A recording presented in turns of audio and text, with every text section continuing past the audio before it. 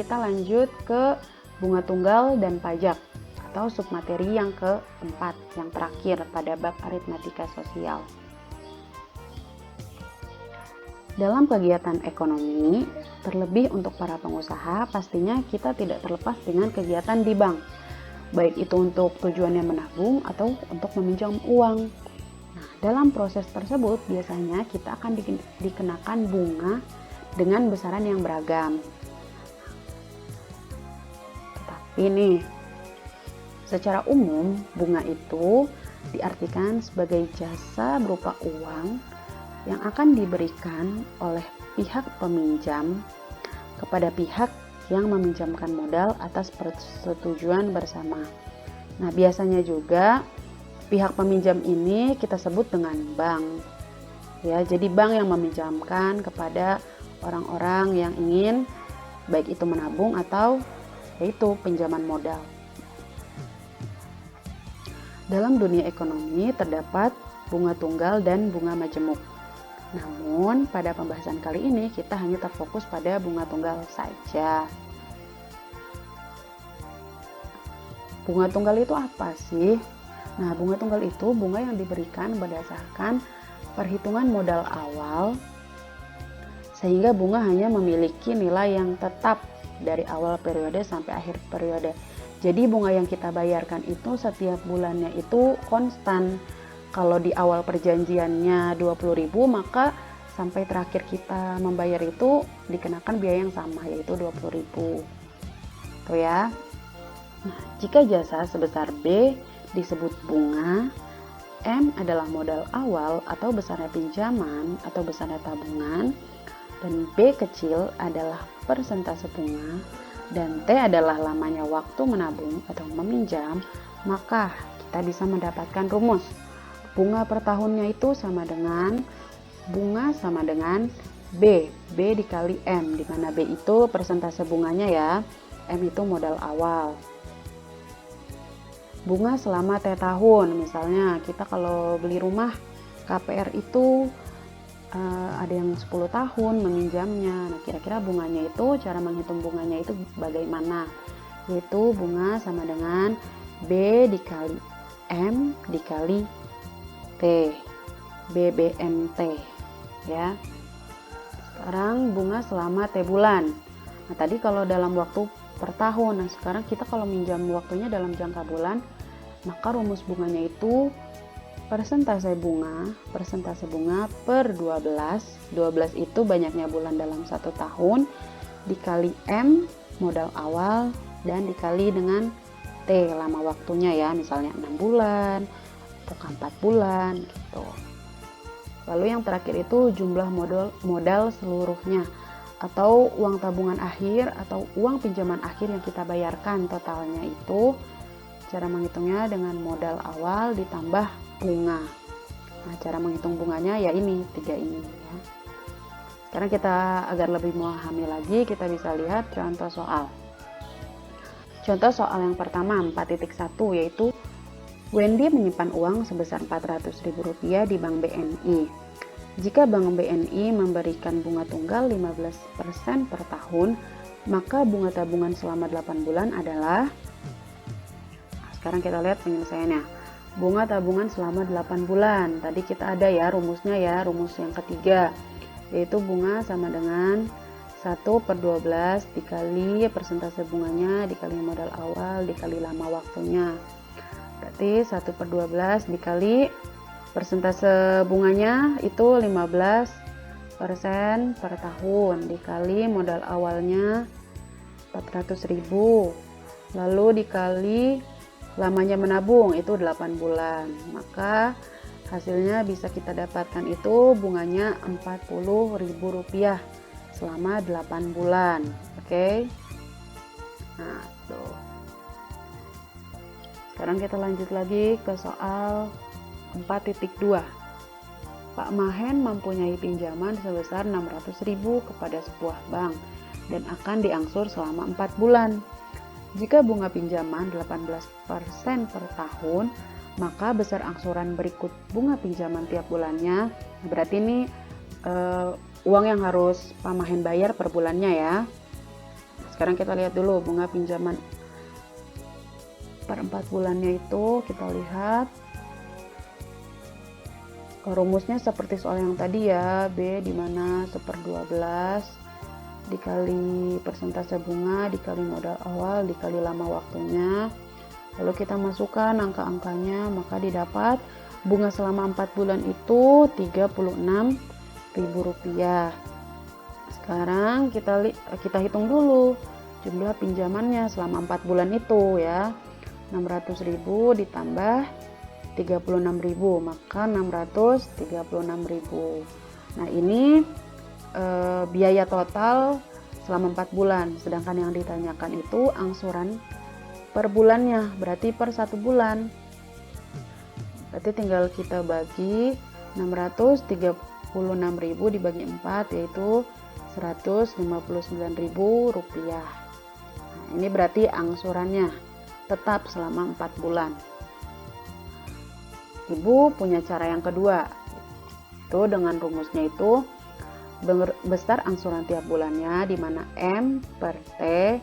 M itu apa tadi? Modal awal, per T itu lama waktunya ditambah bunga per bulannya. Kalau tadi kan kita hitung bunga per 4 bulan dulu ya, baru kita bagi. Nah, ini kita langsung cari bunga per 1 bulannya. Maka di sini kita masukkan angka-angkanya, 600.000 per 4 ditambah 600.000 dikali 18% per 12 bulan. Itu didapat 150.000 ditambah 9.000. Berarti bunga tiap bulannya itu cuma 9.000. Hasilnya itu sama ya seperti yang tadi, Rp159.000. Jadi angsurannya itu sama. Mau pakai cara yang pertama atau cara yang kedua terserah. Sekarang kita lihat lagi contoh soal 4.3. Hasan menabung sejumlah uang di bank. Setelah 10 bulan jumlah tabungan menjadi 900.000. Jika bunga bank sebesar 24% per tahun, maka besar tabungan Hasan mula-mula. Nah, berarti ini yang kita cari modal awalnya ya, atau uang yang Hasan tabung itu pertama kali itu berapa. Kita lihat persentase bunga selama 1 bulannya itu 24% dibagi 12 berarti 2%. 2% per bulannya. Nah, kita punya rumus itu jumlah tabungan selama 10 bulan, maka kita ketahui M modal bulan ke-10-nya itu dengan rumus M10 sama dengan M ditambah B. Ya. M10 itu modal akhir atau modal bulan ke-10. Ya, atau jumlah tabungan bulan ke-10-nya. Rumusnya itu M ditambah bunga. Cara menghitung bunganya itu ada rumus B dikali M dikali T. Lalu kita dapatkan rumusnya itu M atau modal awal sama dengan M10 dibagi 1 ditambah B dikali T, dimana B-nya itu persentase bunga dan T-nya itu lama waktu meminjamnya. Ini kenapa 10? Karena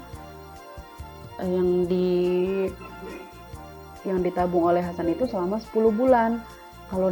Kalau Hasan menabungnya 6 bulan, maka ini di sini jadinya M6 gitu ya. Sekarang kita lihat penyelesaiannya. Modal awal atau modal mula-mula sama dengan M10 dibagi 1 ditambah B dikali T. Maka modal akhirnya itu modal bulan ke-10 atau jumlah total uang tabungannya Hasan itu 900.000 ditambah 1 dibagi, mohon maaf ya, dibagi 1 ditambah tadi bunga, persentase bunga per bulannya itu 2% dikali lamanya waktu menabung itu 10 bulan. Tinggal kita hitung 900 dibagi 1 ditambah 20%. Nah, 20%-nya itu bisa kita ubah menjadi 0,2, sehingga 900 dibagi 1,2 hasilnya itu 750 gitu ya. Ini perhitungan matematika biasa jumlahan pembagian gitu, bisa kalian pahami masing-masing. Maka besar tabungan Hasan mula-mula atau awal itu setoran pertamanya itu Rp750.000 gitu ya, menggunakan rumus ini. Sekarang kita lihat lagi contoh soal 4.4. Pak Dedi meminjam uang di bank sebesar Rp600.000. Setelah sekian bulan, uang tersebut berbunga sehingga menjadi Rp744.000. Jika bunga yang diterapkan di bank tersebut adalah 16% per tahun, berapa lamakah Pak Dedi meminjam uang tersebut? Nah, berarti ini lama waktunya ya yang ditanyakan. Nah, sekarang penyelesaiannya kita lihat. Besar pinjaman atau modalnya itu atau M itu 600.000. Uang setelah berbunga itu 744.000. Bunga per tahunnya itu 16%. Yang ditanyakan lama meminjam atau T. Yang pertama kita hitung besar bunganya dulu. Besar bunganya itu 744.000 dikurangi 600.000 itu 144.000. Lalu bisa kita cari dengan rumus B sama dengan M dikali B kecil. B kecil itu persentase bunganya. Ingat ya. Tadi bunga yang kita dapat itu 144.000. Nah, sedangkan modal awalnya atau besar pinjaman awalnya itu 600.000 dikali, nah persentasenya itu 16% per tahun. Berarti T-nya itu kita dapat 12 bulan ya, karena 16% per tahun. Lalu kita hitung 600.000 dikali 16% itu 0,16 dikali T-nya itu dibagi 12 bulan. Maka bisa kita dapatkan, kita kalikan ini hasilnya 96.000 dikali T dibagi 12. Maka hasilnya itu 144.000 sama dengan 8.000 T. 8.000 T-nya itu dari mana? Nah ini 96.000 dibagi 12 dikali T. Oke. Maka kita bisa hitung T sama dengan 144.000 dibagi 8.000. Hasilnya itu 18.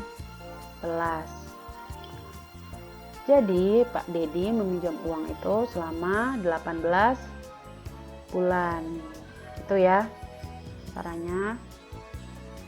Sekarang kita lihat tentang pajak. Tadi sudah bunga tunggal, sekarang pajak. Nah, pajak itu diartikan sebagai besaran nilai suatu barang atau jasa yang wajib dibayarkan oleh masyarakat kepada pemerintah. Ada banyak nih pajaknya, ada banyak macam pajaknya. Nah, dalam transaksi jual beli terdapat jenis pajak yang harus dibayar oleh pembeli, yaitu pajak pertambahan nilai atau PPN. Di mana PPN ini pajak yang harus dibayarkan oleh pembeli kepada penjual atas konsumsi atau pembelian barang atau jasa. Nah, biasanya itu PPN itu dibebankan hanya sebesar 10%. Nah, kalau kalian perhati ini, setiap kalian ke belanja ke Indomaret atau ke H&M atau ke Uniqlo atau ke Gramedia, biasanya harga-harga barangnya itu ada yang sudah termasuk pajak 10%, ada juga yang belum. Nah, nanti di struk belanjanya itu terlihat tuh pajak 10% dari total belanja kalian. Nah, itu namanya PPN. Nah, selain itu juga ada pajak UMKM atau usaha mikro kecil dan menengah. Besarnya pajak UMKM itu 1% dari nilai omset. Sekarang kita lihat contoh soal 4.5. Radit menjual barang tanpa pajak dengan harga 200.000. Berarti uang harga 200.000 ini belum sama pajaknya.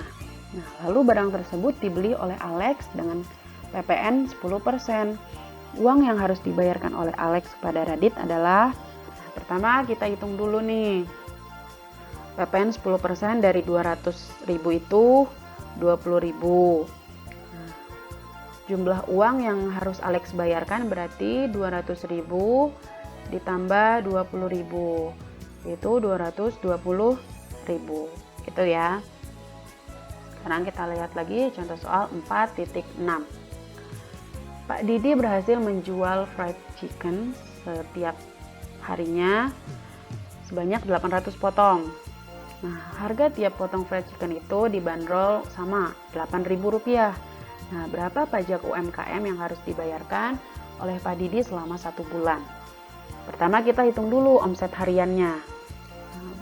Tadi sehari itu menjual bisa 800 potong dikali 8.000, maka 6.400.000. Itu hanya dalam 1 hari. Berarti sebulannya itu tinggal kita kalikan dengan 30, karena 1 bulan itu harinya 30. Sehingga didapatkan omsetnya Rp192 juta. Nah, tadi kita harus ingat, pajak UMKM itu 1% dari omset. Berarti 1% dari Rp192 juta itu Rp1.920.000.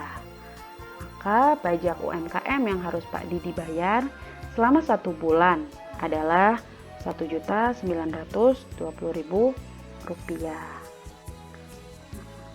Sudah, berarti pembelajaran kali ini sudah selesai untuk bab aritmatika sosial. Apabila penyampaian ibu mungkin ada yang tidak dimengerti atau ada salah-salah ucap, mohon dimaafkan. Dan kalau ada yang ingin ditanyakan, bisa komen di YouTube atau tanyakan ke gurunya masing-masing ya. Nah, untuk pertemuan selanjutnya itu kita akan ada penilaian harian. Nah, untuk hari ini juga sudah ada tugasnya ya di Google Classroom. Nanti bisa dicek untuk masing-masing siswa di Google Classroom-nya. Sekian dari Ibu. Kurang lebihnya mohon maaf. Wassalamualaikum warahmatullahi wabarakatuh.